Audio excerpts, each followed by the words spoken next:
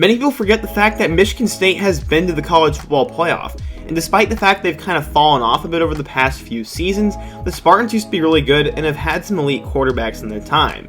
Connor Cook is one of the best quarterbacks in school history and has the most wins of any Spartan QB ever, but his time in the NFL never really worked out, and a lot of people always wonder, where is he now? So, what did happen to Connor Cook, and how did he become a star at Michigan State?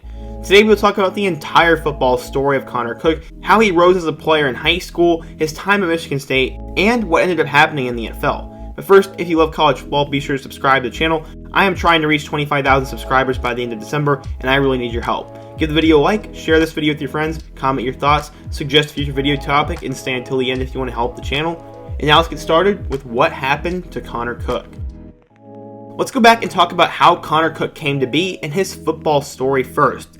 Connor was born an athlete as his dad played football for Indiana, his mom played basketball for Cincinnati, and his older sister played basketball for Old Dominion.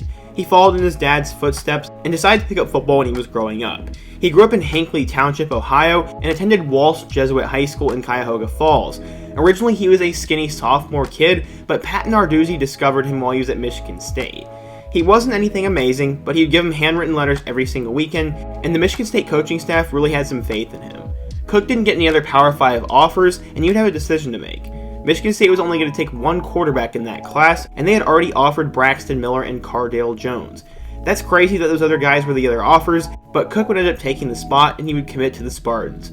On paper, it looked like they lost that deal, but it's truly up to debate who won. He was not highly recruited, as 24/7 Sports listed him as a 3-star recruit, the number 33 pro-style quarterback, and the 949th best player in the class of 2011. After redshirting his freshman year, Cook came off the bench in relief of Andrew Maxwell and had a game-winning drive in the Buffalo Wild Wings Bowl in a win over TCU. He started the following week against Youngstown State, and he proceeded to throw 4 first-half touchdowns, and he was declared the winner of the quarterback battle. From there, the rest is history. In 2013, he played amazing, but the Spartans weren't ranked for quite a while in the year. They had lost to number 22 Notre Dame earlier in the season, and Cook had led the Spartans to 8 straight wins, and they were ranked as high as number 10 going into the Big Ten championship game. Back then, the divisions were leaders and legends, so they played number 2 Ohio State and won by 10 points, knocking them out of the national title conversation. They were number 4 in the country and played number 5 Stanford in the Rose Bowl, where they won a close one. Cook threw for 2,755 yards, 22 touchdowns, and 6 picks, and had established himself as a winner. They started 2014 ranked number 8 in the country, but they lost to number 3 Oregon in week 2. Cook led them to 6 straight wins before they lost to Ohio State. This would end their playoff hopes, but they'd win their last 3 games and go to the Cotton Bowl, where they'd knock off number 5 Baylor by 1 point. As a junior, he threw for 3,214 yards and 22 touchdowns. As a senior, there was a ton of hype, and he would pull off a miracle season and one of the best in school history. They began ranked number 5 and beat number 7 Oregon in a week 2 matchup before a date with number 12 Michigan. This was year 1 under Harbaugh, and they famously botched the punt, and Michigan State won the game by way of Jalen Wash Jackson. They then lost by 1 point on the road to Nebraska, before they would have a winner-take-all showdown with Ohio State. Unfortunately, Cook got injured in the game against Maryland the week prior, so he was out that game, and the backup would have to come in and help them win. He would put them in position to win, and the Spartans kicked a game-winning field goal in Columbus to win the Big Ten East.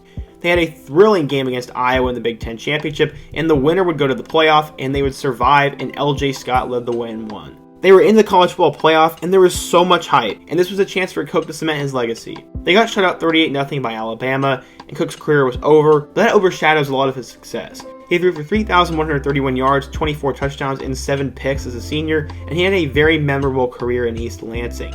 He's the winningest quarterback in Michigan State football history with a record of 34-5, and many analysts projected him to be a pro prospect because of his powerful arm and experience in a pro-style offense. He completed 57% of his passes in his career and threw 71 touchdowns and 22 picks. He's second in touchdowns all time behind Kirk Cousins, but is by far the winningest gunslinger in Sparty history. He ended up going with the 100th overall pick in the 4th round by the Oakland Raiders, where he was the 3rd string quarterback behind Derek Carr and Matt McGloin. But he would get his chance, as both of them got injured in early January, and Cook played in his first career game and had his first career touchdown pass to Amari Cooper in a loss. He had to make his first career start in the playoffs, and Cook completed 18 of 45 passes for 161 yards, 1 touchdown, and 3 picks, as the Raiders lost 27-14 in the wild card round to the Texans. He was the first quarterback to make his first career start in the playoffs, and it didn't go as planned, but he would get his chance. He didn't play in 2017 and was released in 2018 by the Raiders. From there, he was on the practice squads of the Panthers, Bengals, and Lions, but never stuck with a team, and went over to the Houston Roughnecks of the XFL after he was drafted. He's not doing anything so far in 2020, and it looks like his pro football career is probably coming to an end. The answer to what happened to him is pretty simple. He was a great college football quarterback, but never an NFL guy. I assume he'll probably go into coaching someday, or just relax and live his life, and either way, I hope he finds success. He was awesome to watch at Michigan State, and one of the best quarterbacks of this decade for sure. What do you guys think though? If you're a Michigan State fan, let me know what you think of Connor Cook, and if you're a fan of football, let me know what you think down in the comment section as well, and who I should do next. If you want to support the channel or the video, be sure to give it a like, share it with your friends, and subscribe to the channel and help me reach 25,000 subscribers. While you're still here, check out all my other videos on the end screen, including all my other What Happened To videos, and until next time, peace.